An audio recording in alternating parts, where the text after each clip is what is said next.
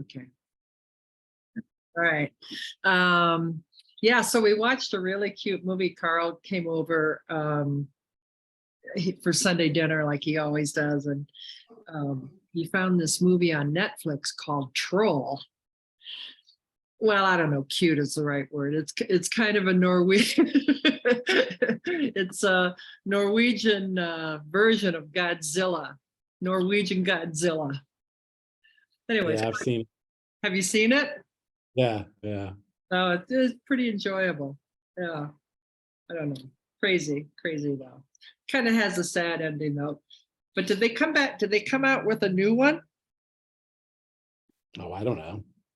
Yeah, I'm not sure. Oh, I'm gonna have to mute myself. The doorman is calling me. Okay. We need hold music.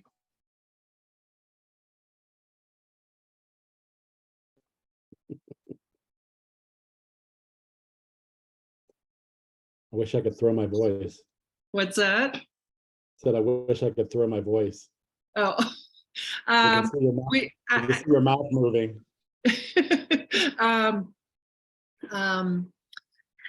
So I'm sitting here last night, and when Carl comes over for Sunday dinner, I always unlock the door and leave the door open, and he like lightly taps, knocks on the door, and then he comes in. So I was actually on my computer, and wasn't, I heard the tap on the door, and I said, "Come on in, hey, come on in." Well, it wasn't Carl, it was the doorman. I'm like, "Oh," and then I finally look over and I'm like, "Oh, what are you doing here?"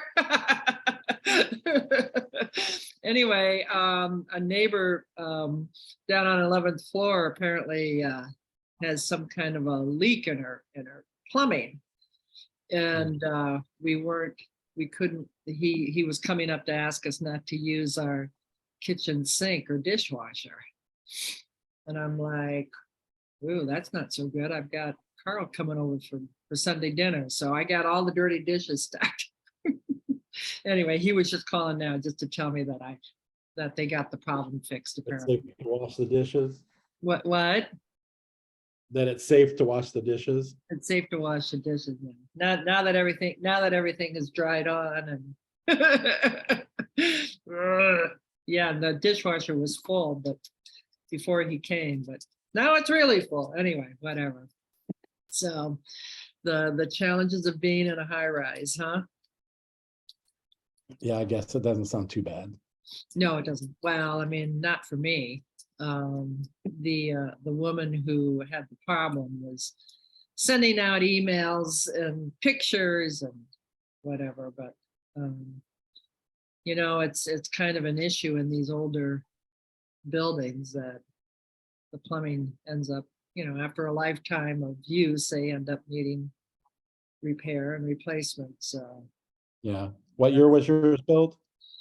I think it was like 69 or 70. Yeah. Yeah, it's a big expense. Well, those are the soil stacks. So the soil stacks, I don't know. I don't think. Well, what do I know? I don't know. I don't know about plumbing, but I know that the risers, you start getting. Not an expert on soil stacks.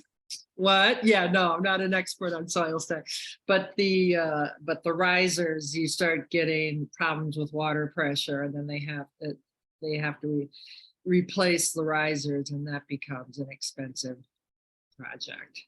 So, and I mean, yeah, it's a big. What'd you have for dinner? Huh? For the So what did you have for dinner? Yeah, I don't want to talk about it. Oh. I didn't cook. That was a sore subject. I picked up a rotisserie chicken. Oh. So yeah, I haven't had one of those in years. It was fine. It's good. I didn't cook. I didn't feel like cooking. No. You didn't have too many dirty dishes then if you didn't cook. True that. I had a bunch of dirty dishes before. So what did you do this weekend? well, we saw that movie yesterday, and it was actually, I thought, really good. What was the name of it again? The Inspection? Yeah. It's written and directed by the guy it was his story, and he was like a 20 it stars he's like a 25-year-old gay African American guy, like basically living on the street in New York. His mom had turned him out because he was gay, and he ends up joining the Marines. He's living like on the street and in shelters and stuff. He joined the Marines, and the whole thing took place with him in boot camp, and becoming a Marine. And it was really good. Yeah, really that pretty moving. So what is the inspection referred to? The title? The inspection that they get to become a Marine, like, Oh. there's like the final inspection or whatever. They have to cross all the hurdles, and then there's like the final inspection. So it's a story about him becoming a Marine. I mean, Yeah. overcoming his challenge, family situation, and whatnot, becoming a Marine.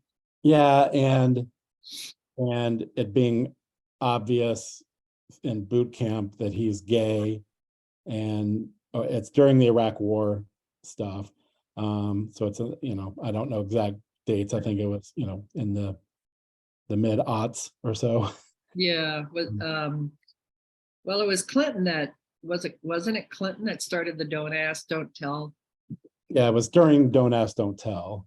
So yeah, it was after that. But of course, the first thing that they're asking them when they're yelling at them when they get off is if they're homosexual, even though they're not supposed to. But yeah, and and him, the difference in the way he was treated by different people, and I don't, it was really well done, and the relationship with his mother, Gabriella Union, who plays his mother, who's really beautiful, but they like kind of messed her skin all up and everything to be kind of like a worn, hardened kind of person or whatever. But I just thought it was really good, and he wrote and directed it. Oh. And at the end, when they get their assignments, his assignment was he was going to be, I forgot what they called it, but he was basically going to be making films and pictures of the Marines. Oh. I don't know, and they didn't go into detail about that, but if it's like in action or like what it is. So that was his assignment. That's what he was going to be doing. So obviously that's how he got into film, and thus created this movie. And our friends that we went with, he was telling me that there's some things at the end that shows like the real picture of himself and his mother and all that stuff. And she died right when it was like the movie was put together. She died in like 2021 or something. He said when it came out, I don't know if that meant like it was produced or whatever it was, because as far as I know, it's new now, but she died at some point in the making of the film or just after it was made. But I thought it was really moving. At times it was hard to watch, but I thought it was really well done. Nice. And the guy that stars in it, I looked him up. He looked familiar, but I didn't know him. But I guess he's a Broadway like musical theater guy. Oh. And he was one of the few people to be nominated for 2 different Tony Awards for different roles in the same year. Yeah. So he's a real talent. Yeah. I mean, he did a really good job in the film. So I saw on the front page of the Tribune this morning that Lori Lightfoot is getting behind this tiny home project for homeless, as a way to put create shelters for homeless. There's a guy who he's come to Chicago and he's formed an organization. He's been lobbying for this for quite some time, even when Rahm was still mayor, but didn't get any traction with it, you know, at that point, but is now starting to get traction and on it. I have a client that purchased a vacant lot down in Auburn, Gresham, he bought it as an investment, but he didn't really know what he was doing, sadly. So he's trying to get out from under it, but you know, it's a tough resale because he overpaid for it basically. But now he's exploring this concept of putting maybe a tiny home on there, or several tiny homes. It's an oversized lot. So he could probably put 3 or 4 tiny homes on there, which I don't know what the zoning, I guess there'd have to be some sort of a zoning allowance to let that happen. But I think it's an interesting concept that they're starting to explore. I don't know what's going on with that ADU pilot. You know, they were experimenting with the ADU ordinance, but I don't know. Well, it's not an experiment. I mean, it's a done ordinance. It might be expanded later, but it's I mean, it's not a pilot program. It's an actual real program. Well, I thought there were only certain neighborhoods where they were allowing it. But it's most areas, but it depends on the alderman. But that's why I say it might be expanded, but where they're doing it, it's already enacted. So it's not really a test or a pilot. Other ones might allow it in their areas later, but it's part of the zoning law now. Oh, I get, okay. I thought they were still experimenting with it. I didn't realize that. So no, not really. Like I said, it might be expanded, but it's not like a pilot. Yeah. I saw a Lori Lightfoot campaign ad last night. Is that Stump? You're kind of like this hazy thing in the background, Stump. Always hazy. That's so funny. Where are you, in the condo? Are you in the city? I'm in the city, yeah. Yeah. Okay. It's funny. Well, now what happened to you? Shut off your video? I'm here. Okay. So what's going on this week? You doing zoo lights or Chris Kindle Mart or any of the fun holiday stuff? We did zoo lights with my family when they were here. But you know what? Last night, we passed, I think, what you were talking about, which is the night market up on Elston. Weren't you asking about that? No. It's like a Christmas light, like pop-up thing. It's by the salt shed. It's run by the salt shed up on Elston. No, I don't know anything about that. No, I don't know anything about that. And it looks You mean the salt great. shed for the expressway? You mean to put salt on the? Where No, they store the salt to put on the expressway?